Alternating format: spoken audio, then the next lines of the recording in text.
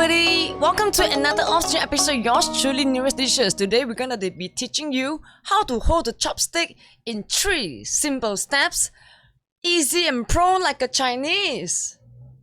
First step, you want to make sure that this chopstick is gap between your thumb and your hand and your palm like this.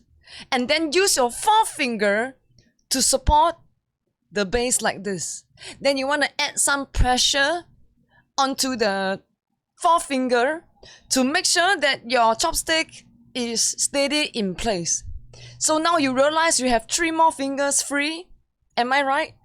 With these 3 fingers free, you now hold the chopstick, the other chopstick, like this. Okay, practice this every day, and I'll show you in no time, you can hold the chopstick and hold anything you want in no time. Hold your chopstick like a pro right now. Thank you for watching.